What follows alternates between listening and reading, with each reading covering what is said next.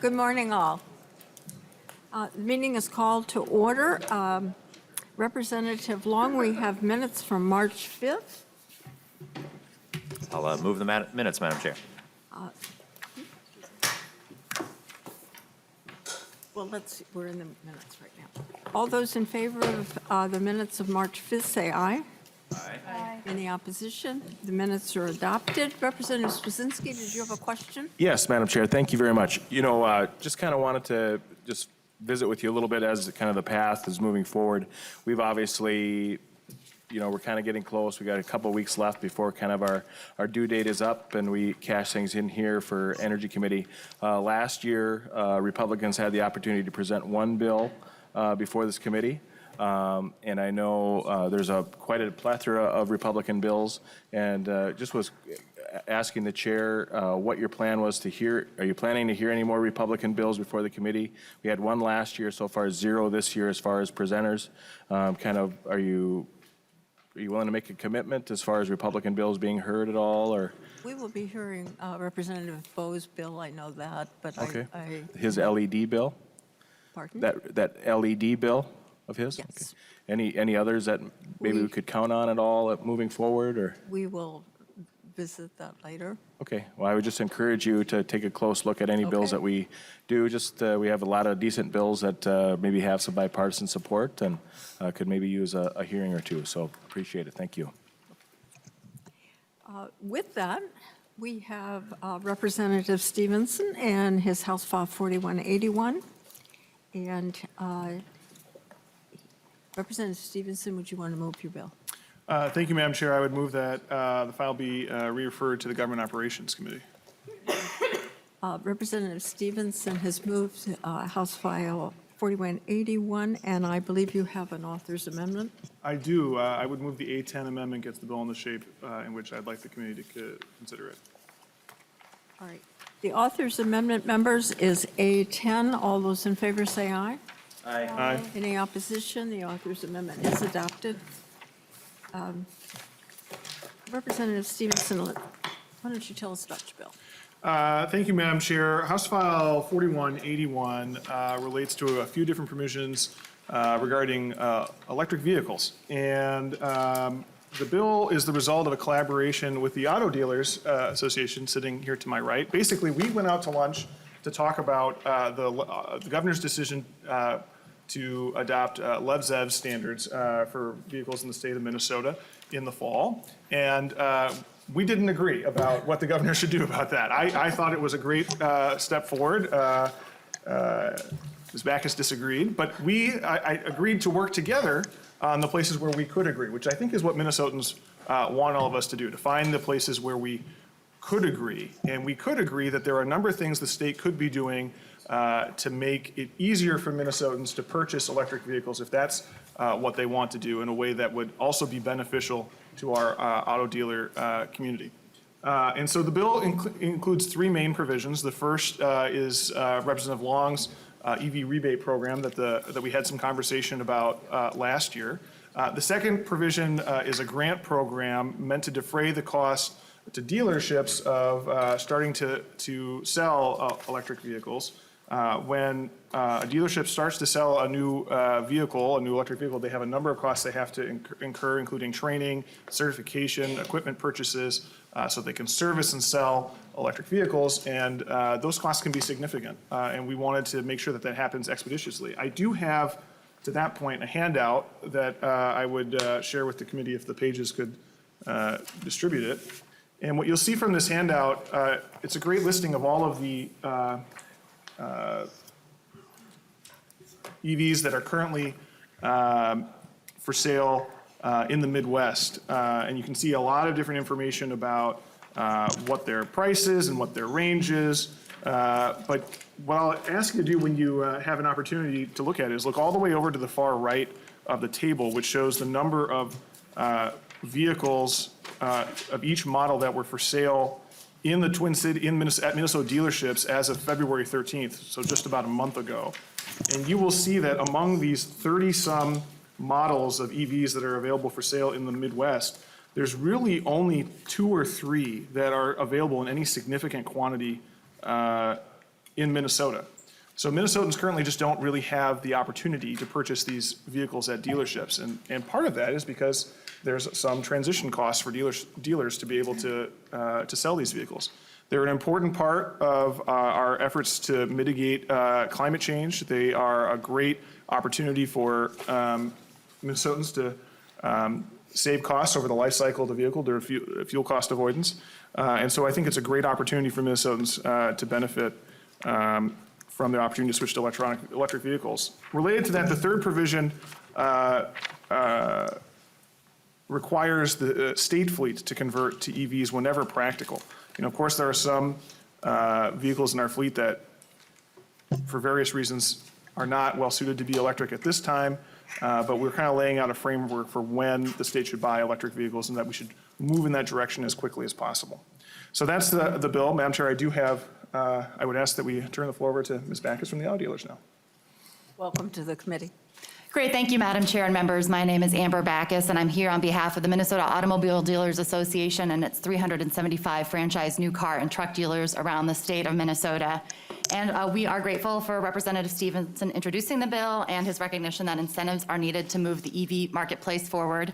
As he mentioned, though, we do have a different approach. While he thinks this is a nice supplement to the ZEV mandate that's being proposed by the administration, we think this is a great alternative that will really make a difference in getting electric vehicles on the road sooner and make a more meaningful impact on carbon reductions. ZEV is a supply-side policy. It does not encourage demand, and states that have seen higher EV sales are those that have encouraged demand by providing purchase incentives. 2 of the top-selling EV states in 2018 were non-ZEV states, and you can see those reflected in your handout, and those are because they have robust incentive programs. With electric vehicles costing on average $10,000 to $15,000 more than the comparable conventional internal combustion engine vehicle, the upfront costs of ownership are a deterrent. Consumer interest in purchasing alternative powertrains is growing, but a global automotive consumer study conducted by Deloitte also points to the fact that consumers don't want to pay a lot more to have them, with most respondents preferring a price bump of no more than $300 to $2,000 for the technology. And with an EV, you can save money over the life cycle of the vehicle, but in a recent survey, a majority of Minnesotans say the most important consideration when buying a vehicle is the upfront purchase cost. So if you can't afford the car, it's irrelevant whether you may benefit from alleged future savings. Various studies concur that new regulations are not the most efficient, the new regulations are not the most efficient or effective means to promote EVs. Financial incentives are. The MPCA and its 2019 report, Accelerating Electric Vehicle Adoption, A Vision for Minnesota, states that incentives are, quote, the most important factor in EV adoption. The National Association of State Energy Officials agrees with this assessment after compiling a policy matrix that finds vehicle purchase programs the most effective way to get more EVs on the road. And the experience with other states also points to this. Georgia had a $5,000 EV tax credit on the books, but when it was repealed in 2015, their EV sales dropped 90%, from 10,500 sold in Georgia in 2014 to 1,800 in 2015. Other states that have instituted similar tax credits or rebates, as proposed in this bill, have seen sales of EVs increase by 2 to 4 times the national average. So incentives really help drive demand for the market, bringing more EV options and leading to lower vehicle costs, even without a mandate. Besides low consumer demand, another barrier to finding more EVs in the marketplace are the significant investments some dealers are required to make by their manufacturer to become authorized to sell them. As Representative Stephenson said, this includes the installation of specific charging stations, special equipment and tools, and certification of mechanics that can cost anywhere from $35,000 to over $100,000, depending on the automaker. A dealer will make this investment, but only 1, if they have the resources, and 2, if they believe they can sell enough EVs to recoup the cost. And many dealers lack the capital to make this investment, especially with the uncertain return as the EV market develops. The grant program established in Section 4 of the bill is a critical tool in overcoming this barrier and will help dealers purchase the infrastructure required to become EV ready. So with that, I appreciate your consideration of the proposal and ask for your support in pursuing a policy that would get more EVs on the road without any economic harm to Minnesota's dealers and the jobs they provide. And with that, I'd be happy to answer any questions. I don't see any questions. Thank you so much. There is some public testimony for your bill, and if we could take that now. Certainly. Justin Fay.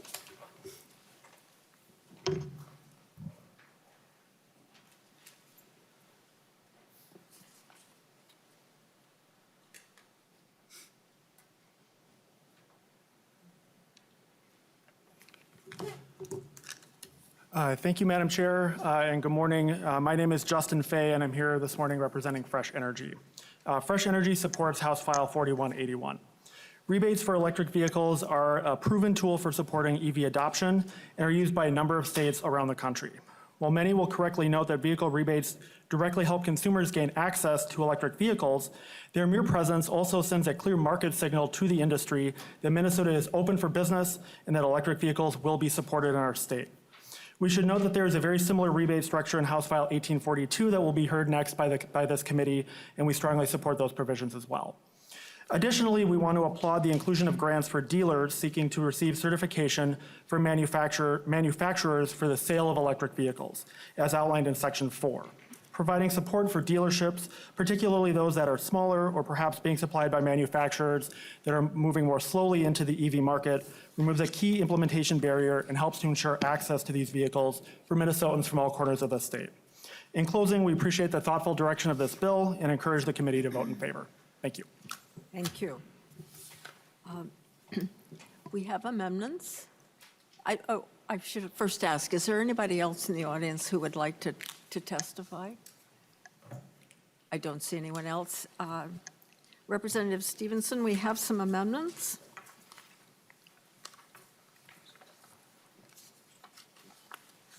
The first amendment is A2. Thank you, Madam Chair. I'd like to offer the A2 amendment. This amendment replaces a 10% premium allowed for state purchases of electric cars with a 5% premium. I believe that we really need to be careful with state dollars as far as they're being spent.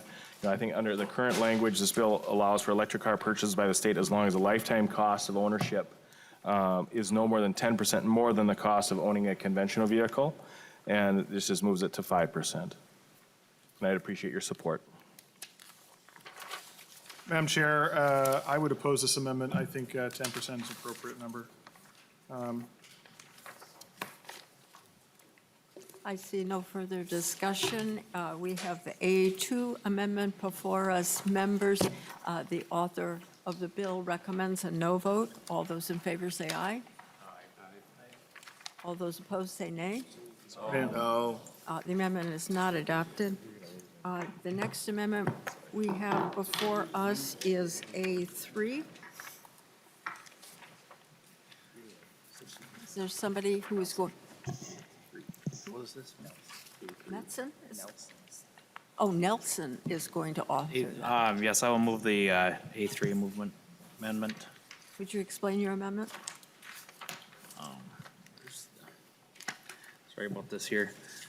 The,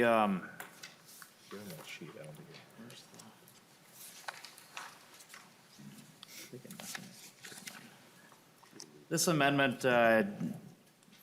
just kind of removing the rebate program from the dealers on the used cars. And dealers would give up to $40,000 each to offset the cost of adding the electric cars in. And, why should, taxpayers and ratepayers pay for, a corporation to be able to benefit themselves? Representative Stephenson. Madam Chair, Representative Nelson, I oppose this amendment. I think Section 4 is a pretty important part of the bill. I think it's broader than what you just articulated. It's not just about used cars. It's about the grants allowing the dealerships to comply or to better offer electric vehicles. And I think this is a very important part of the bill, as both the dealers and Fresh Energy articulated. I'm assuming from Ms. Backus coming back up to the table, she might have something to say about it as well.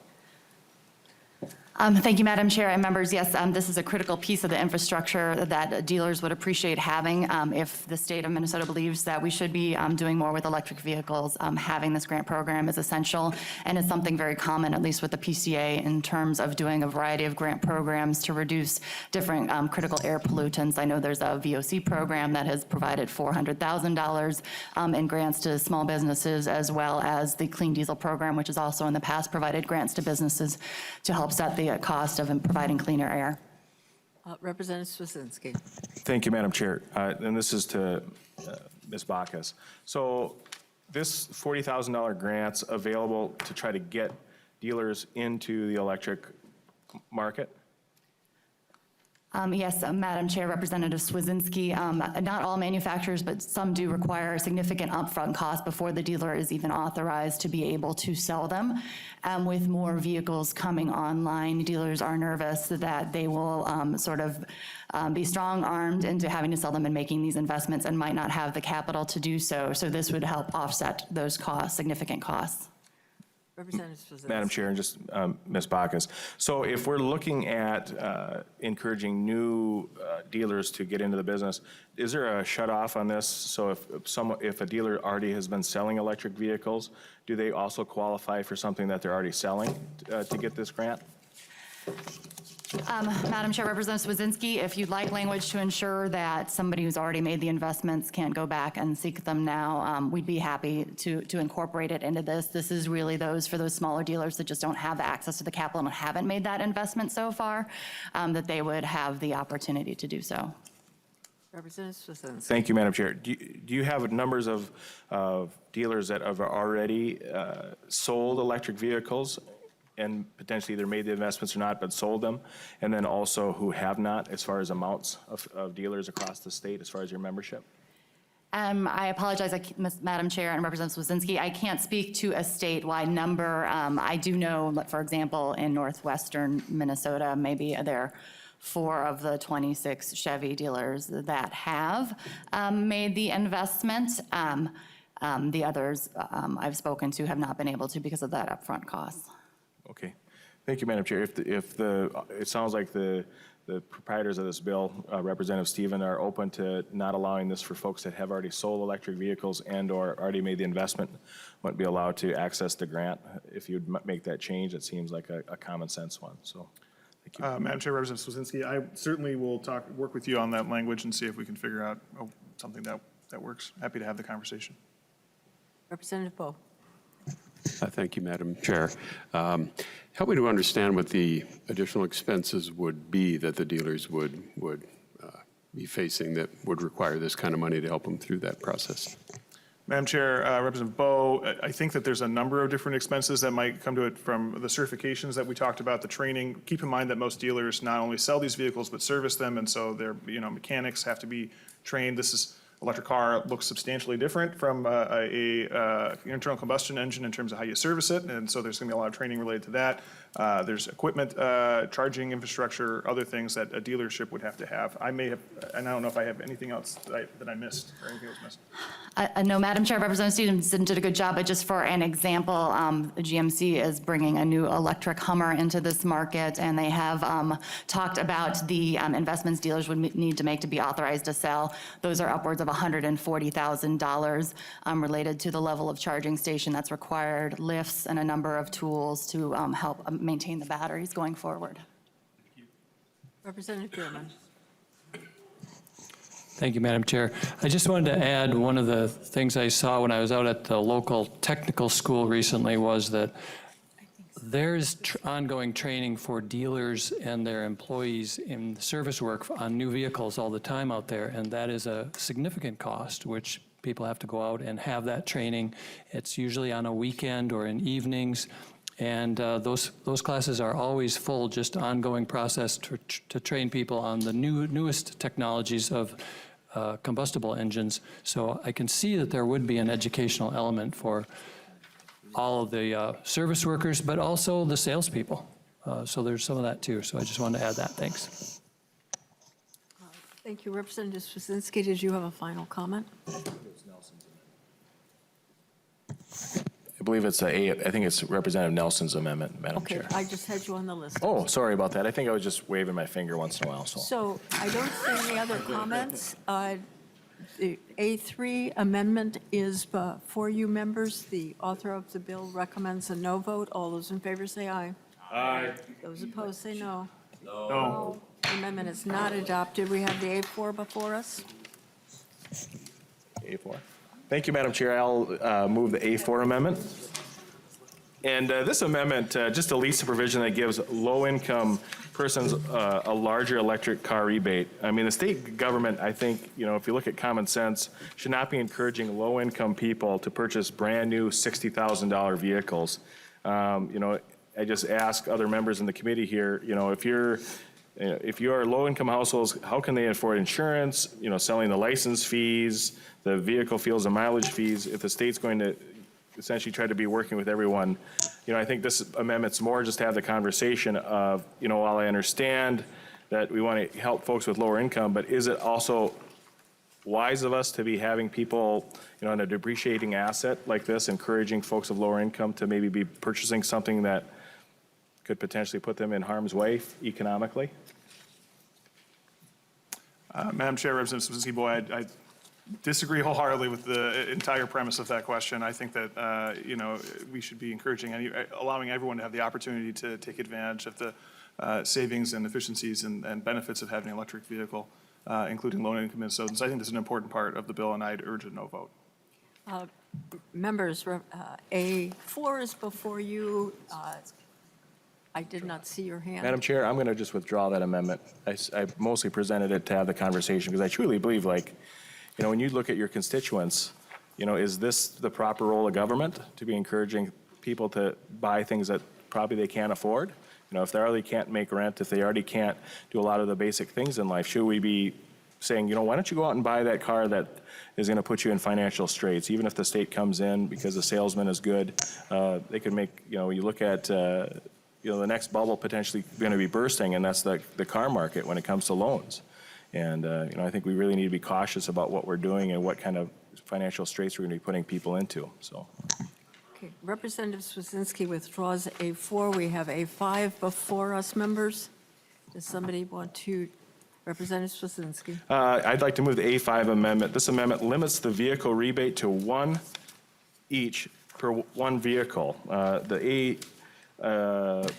It says allows $500 rebates for used vehicles. Essentially, if a vehicle is a vehicle, the goal of this bill in totality is to get electric vehicles on the road. Once we've already given them a larger rebate to buy that vehicle to begin with to get it on the road, why would we give another one after it's already been on the road? And essentially, when we're dealing with that, if the goal is to get new ones on, it should be for new vehicles, not used, because that vehicle's already on the road, right? I ask you for your support. Representative Stephenson.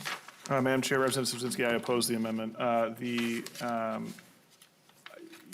This rebate program has both a new component and a used component, and I think both components are important and valuable to the bill. Members, A5 is before you. The author of the bill recommends a no vote. All those in favor say aye. Aye. Those opposed say no. No. The amendment is not adopted. Members, we have A6 before us. A6. I think we're going to pull that one, Madam Chair. We have A7 before us. Yes, I'd like to move the A7 amendment. Just kind of, this kind of probably is the most homespun amendment of all of them. When we look at, we don't have a state gas station. As legislators, we can go fill up with gasoline in the SOB parking lot or over at the state capitol. This would treat, all members alike, whether they put gasoline in the car or electricity, that we'd simply ask you that you pay for the electricity that you use. So I think this is a pretty common sense amendment, and I think it's friendly, and appreciate your support. Madam Chair, Representative Swazinski, I don't know if it's friendly, but I'll take it. I agree with the fact that we should be paying for the electricity we consume here at the Capitol to charge our vehicles. I know there's actually a standalone bill that Representative Fabian is authoring that includes the same language, and I signed on to that bill. I support it. I've actually inquired of the Department of Administration in asking them to start charging us for the electricity. I think that's the right thing to do. So I support the amendment. Members, A7 is before you. The author of the bill recommends a yes vote. All those in favor say aye. Aye. Those opposed say nay. The amendment is adopted. A8 is. How petty and cheap. Members, A8 is before you. Is there somebody who is going to? No. I will move the A8 amendment. And this amendment to here, it's just really limiting or removing the ability for, for-profit and nonprofit companies really to be able to take advantage of this. Again, why are we helping out corporations? I think it'd be great to be able to have electric vehicles for individuals, but sometimes when you have a corporation, they've got a nonprofit part of it, and that's why we went after both of them, was that corporation isn't going to really be able to directly benefit from this, but if individuals want to, then an individual should be able to get a rebate under this. Representative Stephenson. I oppose this amendment. I think that we, want to encourage our fleet to turn over to electric. I think that corporate fleets, not-for-profit fleets are an important part of that. And I think that they're important consumers for the dealers as well. So I oppose the amendment. Members, A8 is before you. The author of the bill recommends a no vote. All those in favor say aye. Aye. Those opposed say nay. No. The amendment is not adopted. Members, A11 is before us. Madam Chair, we're going to yank that one, and 12. Number that's ours. A11 is withdrawn. A13 is before us. What's that? A13. Oh, yeah, Madam Chair, I'd like to move the A13 amendment. This kind of goes to the other spectrum of the early amendment that was defeated before the committee. We worked to, you look at this list that Ms. Bacchus put out. We have BMW, Jaguar, Mercedes-Benz, Porsche, Tesla, a lot of great brands, and we appreciate the status symbol that they bring to folks when they're in their neighborhoods. But this would simply just limit high-income people, so folks above average means, folks that we all have friends and neighbors with, to simply, once you're to the fourth-tier income tax levels, I think the idea that anyone needs to encourage those folks to spend their hard-earned dollars on a particular vehicle with a rebate is probably lost if our goal is to, drive the cost of vehicles down to the less fortunate in our districts, that maybe the top tier doesn't necessarily need the same amount of support to help their status in their neighborhood. So this would just limit from the fourth tier up, that they wouldn't be allowed to get the $2,500. They can afford it themselves, and appreciate your support. Representative Stephenson. Madam Chair, I support the amendment, though it is unusual to hear a Republican engaging in open class warfare, but I still do support this amendment. Okay. Representative Long. Thank you, Madam Chair. I just wanted to point out that there seems to be a very narrow band of Minnesotans who Representative Swazinski thinks should be eligible for purchasing electric vehicles if they're not low income and not high income, but it seems like a good one. Thank you. Members, A13 is before us. The author recommends a yes vote. All those in favor say aye. Aye. Those opposed say nay. The amendment is adopted. I do not see any questions from members. Am I missing? I apparently am not. Madam Chair, I'd like to roll call. Would you like a roll call? Okay. Representative Swazinski asks for a roll call. Representative Stephenson renews his motion that House File 4181 be as amended, be re-referred to the Committee on Government Operations. A roll call has been requested. The chair votes aye. Representative Long, Yes. Representative Swazinski, No. Representative Acom, Yes. Representative Baker, Representative Bierman. Representative Bowe, Representative Christensen, Representative Garofalo, Yes. Representative Hornstein, Yes. Representative Jordan, Yes. Representative Mahoney. Representative Meckland. Representative Nelson, No. Representative Stevenson. Yes. That's because that's what you want, some more energy bills in your community.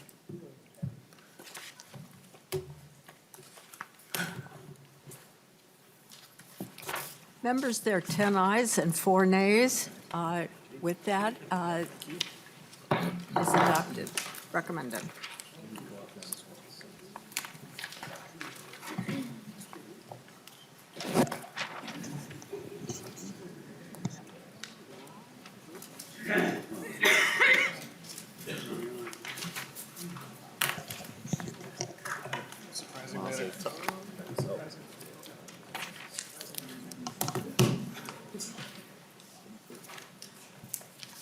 The next bill we have on the agenda is House File 1842. Chair Wagenius, would you like to move your bill? Yes, I would like to move House File 1842 be returned to the Committee on Ways and Means with a recommendation that it be referred to the Government Operations Committee. Representative Wagenius moves her bill. Representative Wagenius, you have a DE amendment coded DE1. Would you like to move that amendment? Yes, this is a delete all, and I would move the DE1 to get the bill in the shape that I would like it. Representative moves the DE1 amendment to get it in the shape she requests. All those in favor say aye. Aye. Any opposed? Motion prevails. The amendment is adopted. Representative Wagenius, you also have an author's amendment coded A20. I do have an author's amendment where we had to do some technical amendments and make sure that all the accounts balanced, and so I would move A20. Representative Wagenius moves the A20 amendment to get the bill in the shape she would like. Any discussion? Seeing none, all those in favor say aye. Aye. Opposed? Motion prevails. The amendment is adopted. Representative Wagenius, please tell us about your bill. Members, you've seen most of, actually all of this bill before. What is different is some of the numbers. This is a bill we passed last year, spending the money in the Renewable Development account. Since then, a couple of things have changed, and the big one is that we are fully funding in this bill. Senator Wagenius, could you maybe pull the mic up? Thank you. Okay. We're fully funding in this bill the request by Prairie Island community. And so with that, we had to reduce some of the numbers in some of the other categories. We also have some new language from the Prairie Island community, but you heard this language last week. So there is not a lot new here, some new numbers, but conceptually, it's very much what you saw 2 years ago or last year and passed the House floor. So with that, I think we should hear from some community members that signed up to talk about the bill. We had 6 people sign up for public testimony. If it's all right with members, we'll go forward with public testimony and then do discussion afterwards. Crystal Johnson is up first, and on deck is Greg Mast.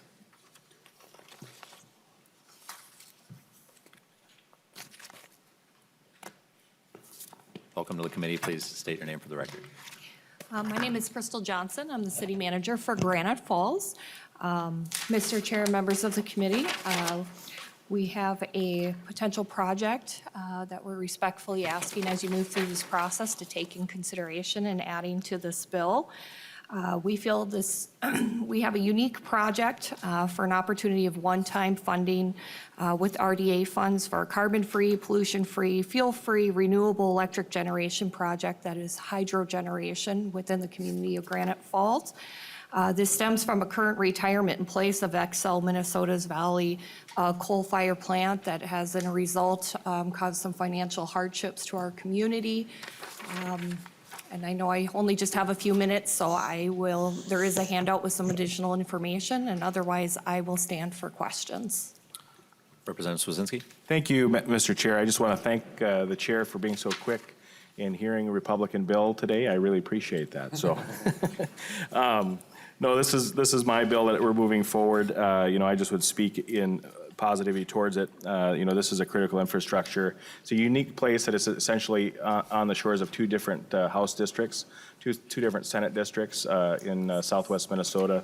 It's obviously, this is a part of a larger project. The city of Granite Falls has had a large, their operation with Xcel has a large place that has closed down, and so this plays a supplemental role in the rest of energy production within the city. So appreciate the chair listening to this and the other members of the committee. Thank you. I don't see further questions. Thank you for your Thank you. testimony. Greg Mast, and then following Greg is Brendan Jordan.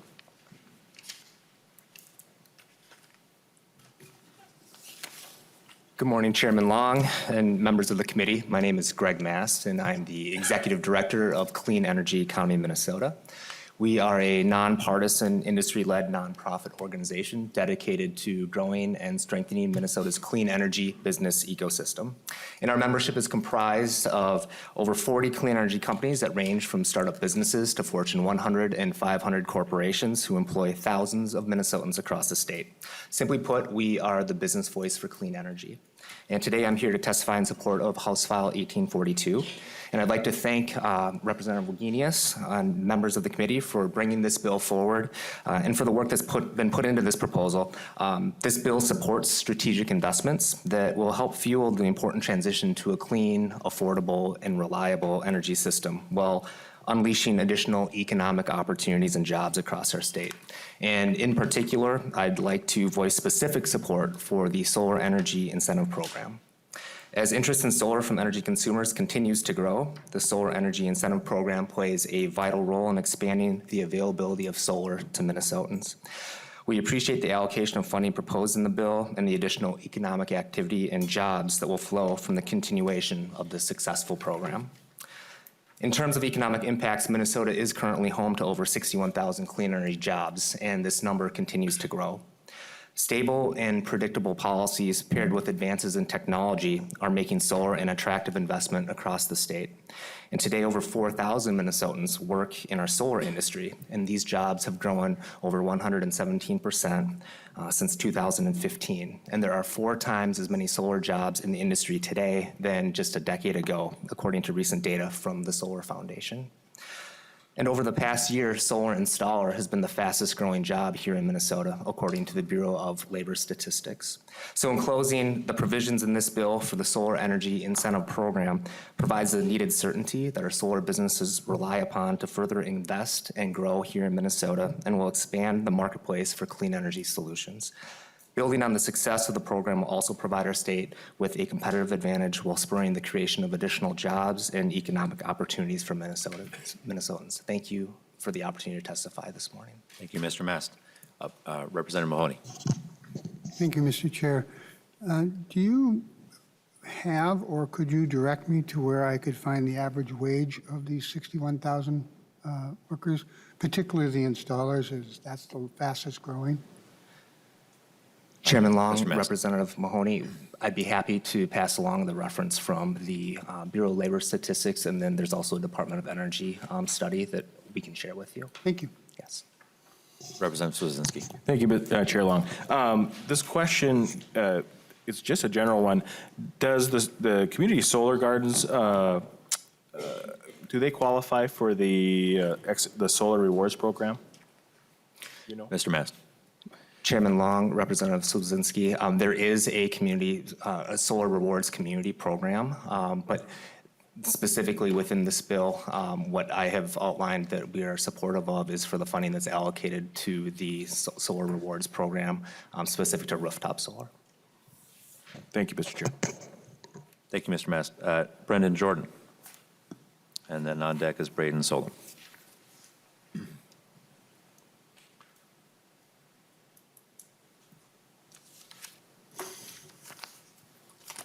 Mr. Chair and members, my name is Brendan Jordan with the Great Plains Institute. I represent a coalition called Drive Electric Minnesota.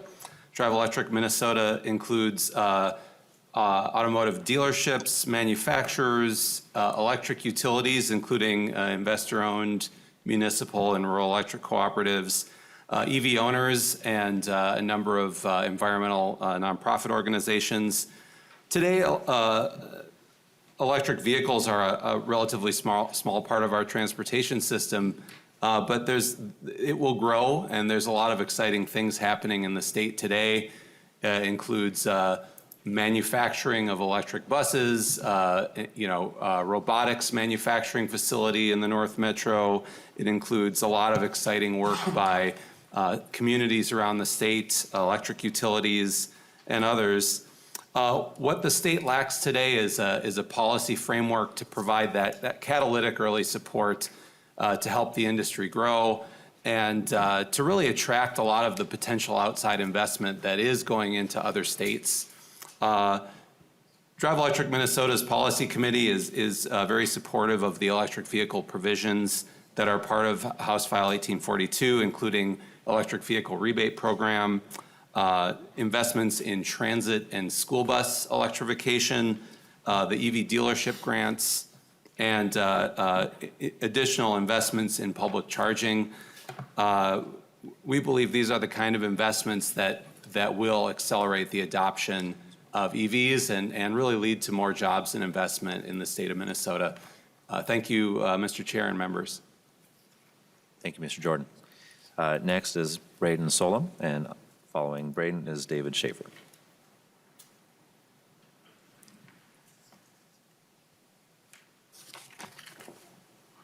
Mr. Chair and members of the committee, good morning.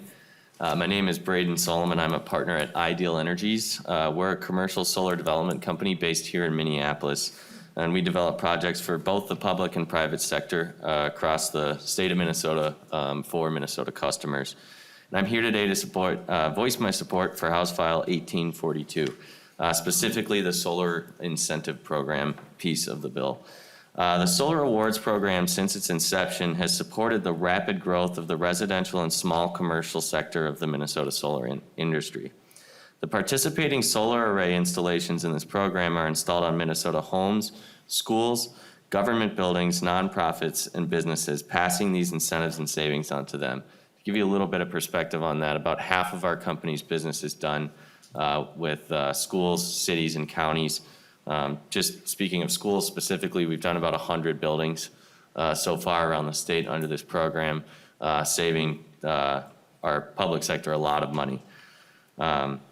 With the rapid decline of the commercial solar investment tax credit and the expiration of the residential tax credit, it is now more important than ever that programs like Solar Awards are expanded and continued to help maintain the rapid growth of our industry.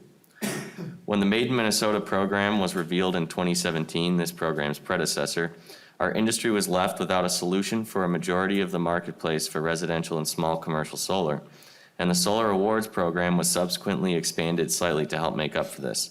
We commend the legislature's work to replace a portion of the Made in Minnesota funding that was lost with that repeal. This bill, though, would make our industry whole again. By expanding the funding in the term of the program to 2024, we are replenishing a portion of the Made in Minnesota funding, and the time frame of the program is now in line with the original time frame of the Made in Minnesota program, which the industry formed around in Minnesota. Also, the rollover language included in the bill is very important because it will allow the industry to rely on funding allocated to the program to help mitigate delays and inefficiencies we have experienced when working with the utility to interconnect and apply for our projects that has historically hindered our ability to use the full program funding in a given year. Ultimately, the increase in funding and the expanded timeline for the program will give our industry the opportunity to continue to hire Minnesota workers and deliver projects to Minnesota customers across the public and private sector, saving Minnesotans money across the board. Thank you. Thank you very much. Representative Mecklen. Thank you, Mr. Chair. To Representative Mahoney's question, do you know what these installers are paid, like an hourly rate?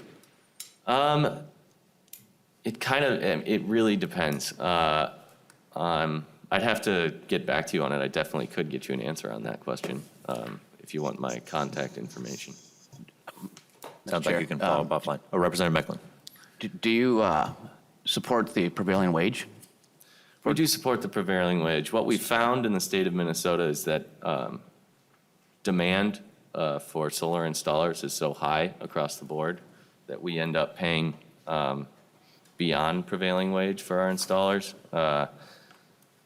With just the rapid growth of the industry and the fact that the fastest growing job title in the state is solar installers, and the required electrician work on solar systems, electricians are in extremely high demand. So we find ourselves paying very high wages to our solar installers. Representative Mecklen. Mr. Chair, thank you. So I guess I have a two-part question. Do you do rooftop solar, one, and two, the folks that are installing the rooftop solar, are they specifically trained, or do they go through some kind of training curriculum so that they're doing it the right way based on the roof systems that they possibly are penetrating? Mr. Solon. So we do No residential rooftop. We do commercial rooftop solar. But our installers are extensively trained. They're card-carrying electricians, apprentices, journeymen, and master electricians. Our state has rules around who can install solar. So you need to have master electricians on site with journeyman electricians and apprentices. So it's a pretty strict regimen. And just because our company's quality control level is really high, we make sure that everybody knows exactly what they're doing. Representative Garofalo. Mr. Chairman, to the testifier, could you just outline for members of the committee, you mentioned that the federal solar subsidies are going away. Can you just talk about the glide path of when those are expiring and at what percentages? Mr. Solom. Yeah, Representative Garofalo, the tax credit last year was at 30% for commercial solar I'm speaking about. This year it's 26%, next year it's 22%, and then in 10% in perpetuity there, moving forward, unless that is changed. It is my understanding, I'm not a residential developer, but it is my understanding that the residential tax credit expires at the end of this year. Mr. Chairman. Representative Garofalo. That's correct. And I just wanted to, because Made in Minnesota was brought up, I think some members of the committee may not be familiar with that program.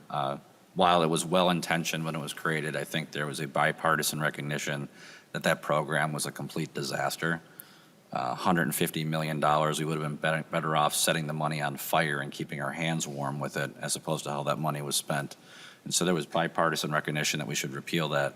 As part of that repeal, we actually did take, as the testifier mentioned, we did expand the solar rewards program for the residential industry, a program that at that time was, it was supported by. Nobody's moving fast enough. Yeah. Said, you shut it off? How appropriate, you didn't like my comments, huh? That's all. I've heard opposition to my comments, but I never shut the lights off before. But Madam Chair, we did, or Mr. Chairman, and to the testifier, we did put extra money into solar rewards to account for that. So I'm not sure I understand the rationale for why we should be continuing to subsidize that. But an open-ended question that doesn't require an answer now would maybe be if advocates of the solar rewards program could tell us when they think it is appropriate for it to expire, when that program will be able to go away. That's just an open-ended comment. Thank you, Mr. Chairman. I think our next testifier may be able to speak to that. Representative Swazinski. My question was kind of like, so. Okay. Thank you very much, Mr. Solom. David Schaefer.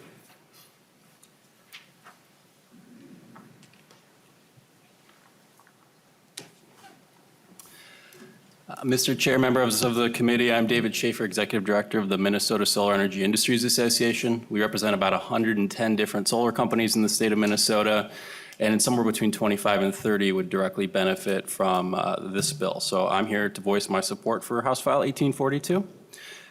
There's three provisions of this bill that we support. The first is the solar rewards provision, as Greg and Braden mentioned. The next is the solar on schools portion, and then the last is the solar in schools, or solar in parks allocation for $3.5 million.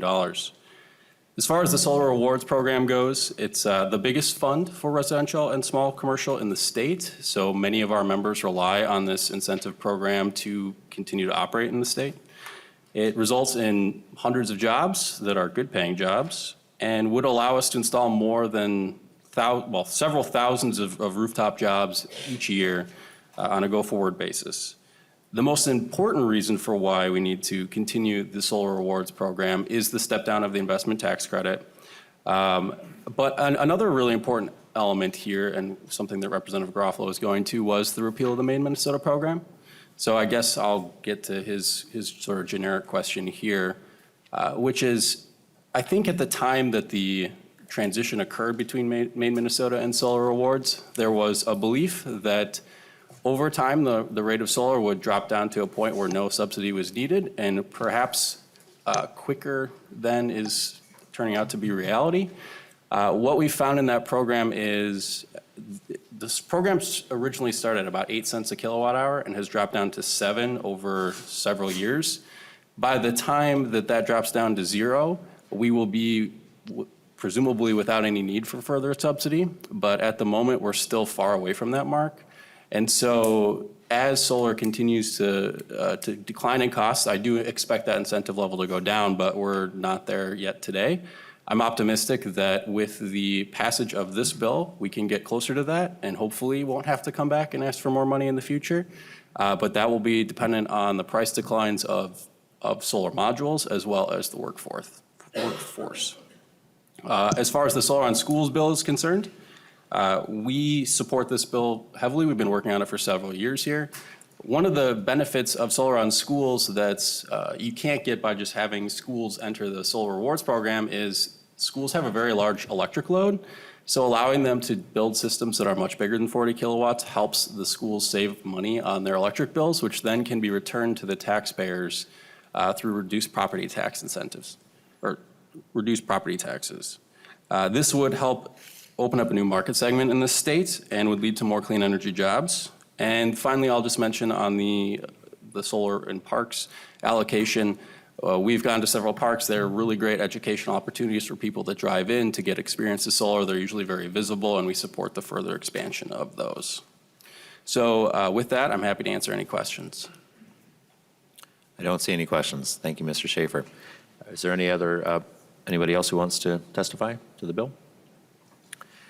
Not seeing anybody. Any discussion to the bill before we get to amendments? I don't see any either. Well, then we will move on to amendments. The first amendment is coded A19. This is my amendment, so I will move it. And the amendment takes two good ideas from Representative Stephenson's bill for the electric vehicle rebate program. It includes leased vehicles in the rebate program, and it includes additional supplemental rebate for low-income participants. I recommend Chair a yes Wagenius? vote. Any discussion to my amendment? Seeing none, all those in favor say aye. Aye? Aye. Any opposed? The amendment is adopted. Next, we have the A4 amendment. Representative Stephenson. Yes, Mr. Chair, this is my amendment. I'd move the A4. This amendment adds a prevailing wage requirement to a number of provisions in the bill that relate to construction. And I think we had a little discussion about prevailing wage a minute ago, but I think prevailing wage is very important policy that the state has in its toolbox, and I think it's appropriate to have it in this bill and would be beneficial to have it in this bill. So I'd ask for committee members' support. Chair Wagenius. I recommend a yes vote, please. Any discussion to the amendment? Representative Garofalo. Thank you, Mr. Chairman, and for members of the committee who may not be reading along in the bill, it says 177.30 and 171.41 to 177.45.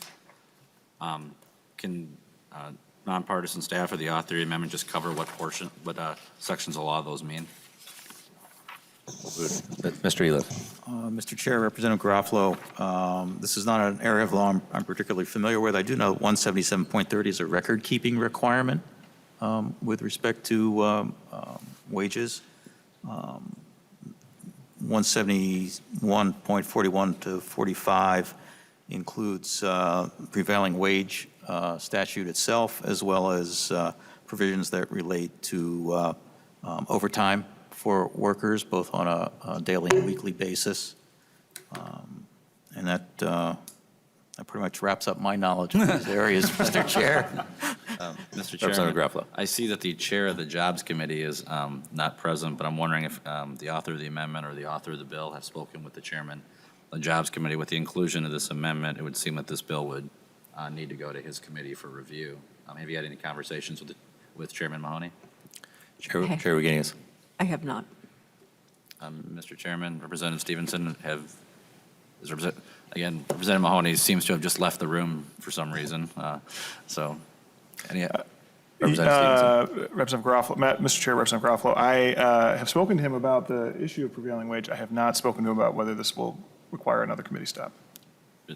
Mr. Chairman and Representative Garofalo, to the author of the bill, 177.30, 171.40. Would you get closer to your mic? You're further away than I am. I am not loud.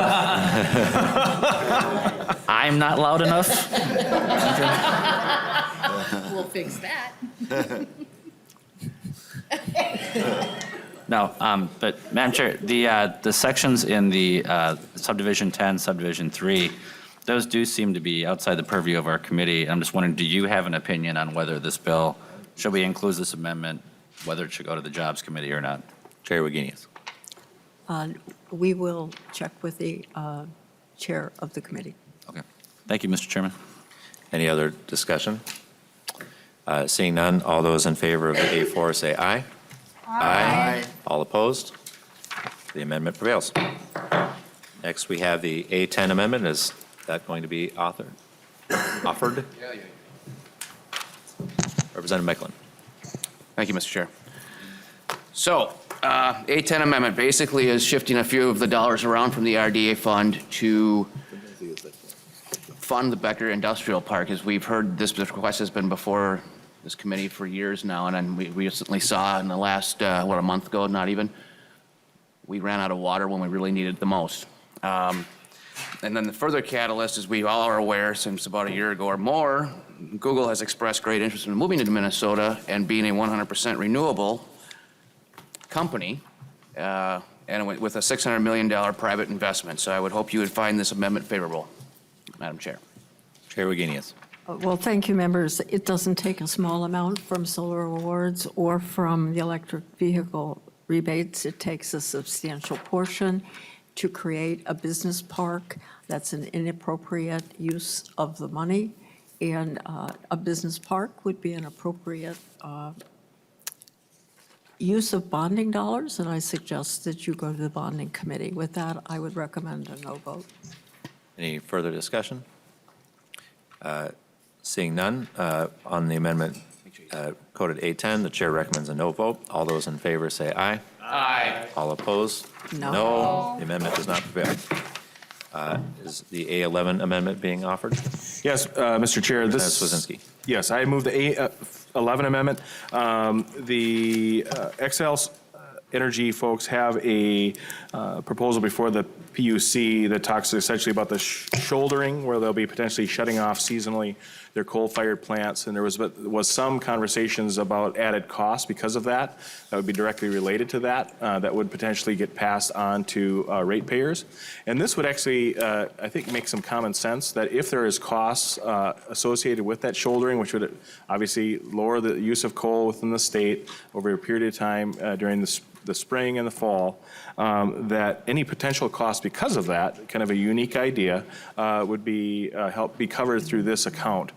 This would set aside, essentially create a reserve account of $10 million to offset any costs associated with that, so that those costs wouldn't be passed on to ratepayers. Because of where the dollars are generated from ratepayers, and because this actually reduces CO2 potentially or other things, that we think this is a common sense use of this dollar so that we can incentivize this program if it's going to work, but also insulate ratepayers from any costs that might be associated with it. And I'd ask for your support. Chair Wagenius. Yes, members, this amendment takes $5 million from the electric vehicle rebates and takes the equal amount from the Met Council electric buses to put in an account that's unlikely to, it's just likely to sit there and do nothing. And with that, I would recommend a no vote. Seeing no further discussion, the chair recommends a no vote. All those in favor of the A11 say aye. Aye. All opposed? No. The amendment does not prevail.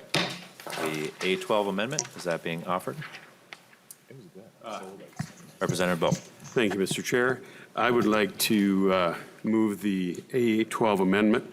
This amendment appropriates $5 million from the RDA to fund the research into nuclear power alternatives. And really, this was the original purpose of the RDA, and I like the thought of getting back to this original intent. Chair Wagenius. Yes, well, A12 it makes the account out of balance, and I would ask members to vote no. Any further discussion? Seeing none, the chair recommends a no vote. All those in favor of A12 say aye. Aye. All opposed? No. The amendment is not adopted. We are on the A20. Is that being offered?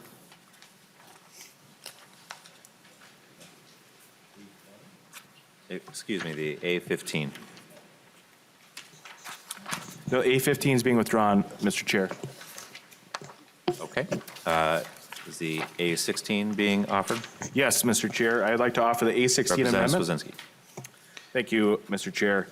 This amendment imposes a lifetime $10 million cap on the payments associated with each cask stored at the nuclear power plant. This amendment will save XL ratepayers, your constituents, and mine, tens of millions of dollars. So folks, if you're looking, obviously, the stock market's taken a bit of bump with issues internationally that we have. This will directly put dollars into the pockets of your constituents. This will drive buying, this will drive the paying of school loans. This will drive many different things by simply, we're recognizing the fact that there are potentially external costs to those casks, but we are setting a reality. We're letting XL ratepayers know that we care about them and their finances. Setting a cap on this cask at $10 million over the lifetime of that cask, I think encourages the federal government to find a solution. But also gives the folks that live in each and all of our districts some relief from the overburdensome costs that are unending with this particular program. And I'd ask for your support and a roll call. Roll call has been requested. Chair Wagenius. Yes, thank you. This breaches a contract made between XL Energy and the state of Minnesota on behalf of the citizens of Minnesota, who now have nuclear wastes on the shores of the Mississippi River. And it appears that that waste is going to be here for a long, long time, and if not permanently. So I recommend a no vote. We do not breach contracts. Representative Garofalo.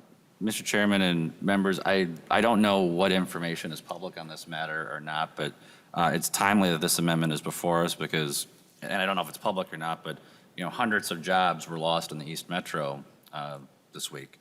And they were lost, one of the reasons why is because of high energy prices.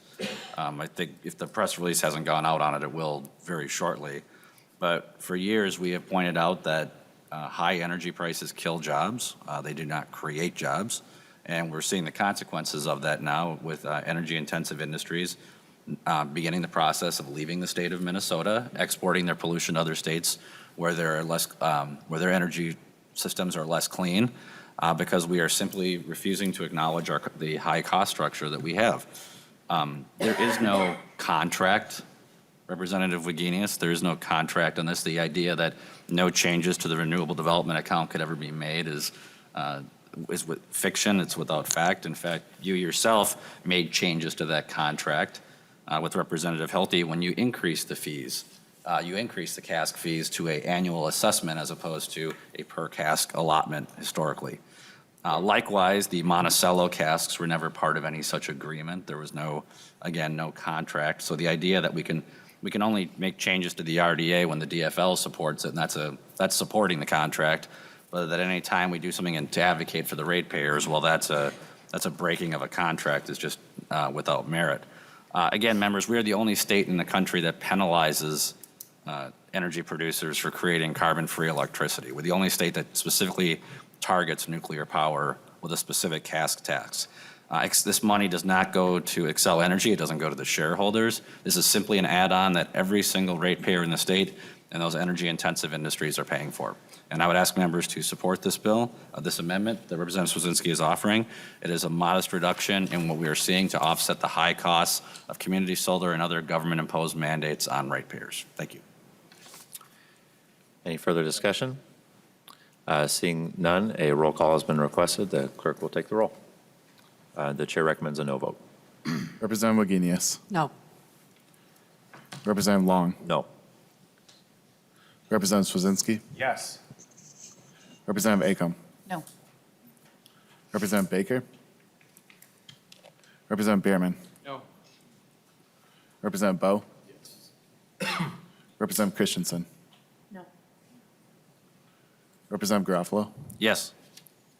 Representative Hornstein. No. Representative Jordan. No. Representative Mahoney. Representative Meckland. Representative Nelson. Yes. Representative Stephenson. No.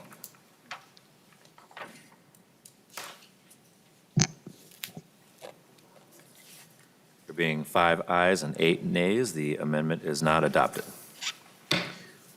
Members, we're trying to get the A14 amendment printed and around to folks, so if you're wondering why, that should be coming back. The A14 amendment we're getting printed. Oh, gotcha.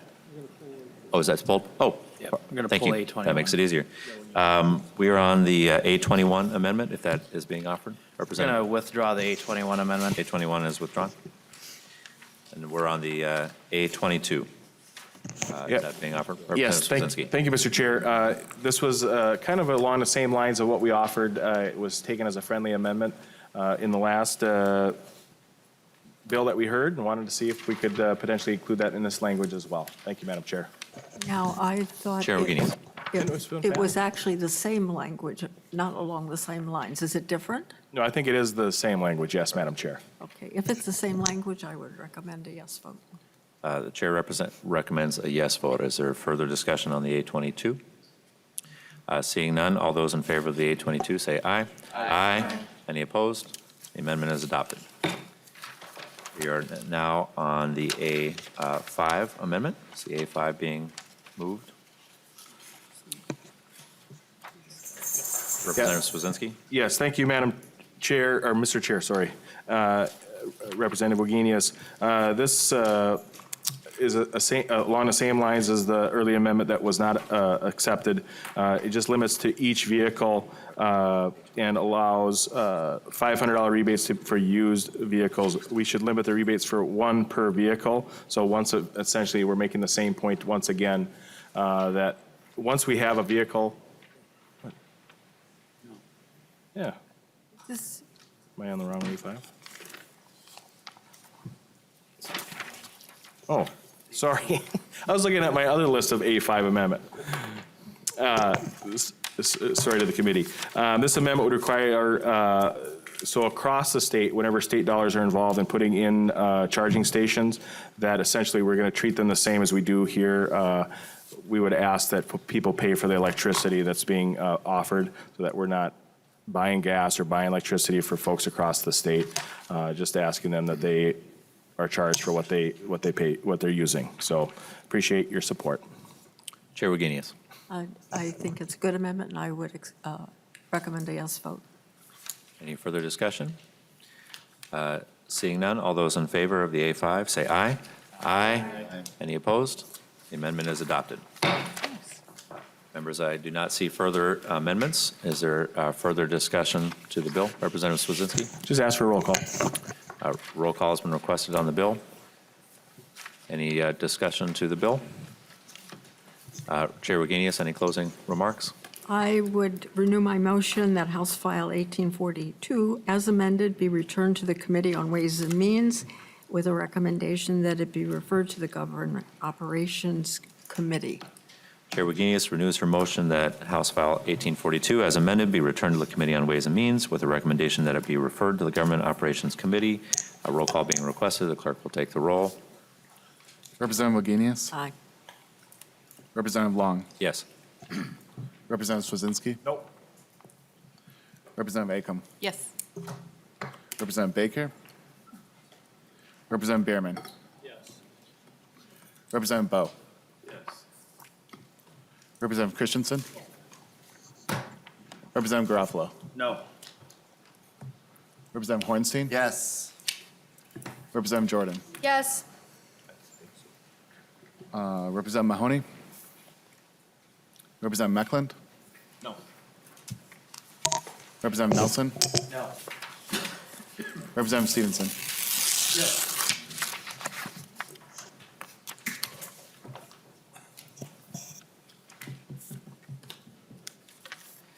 There being 9 ayes and 4 nays, the motion prevails. Thank you, Chair Wagenius. Members, that is our business for today, and we are adjourned.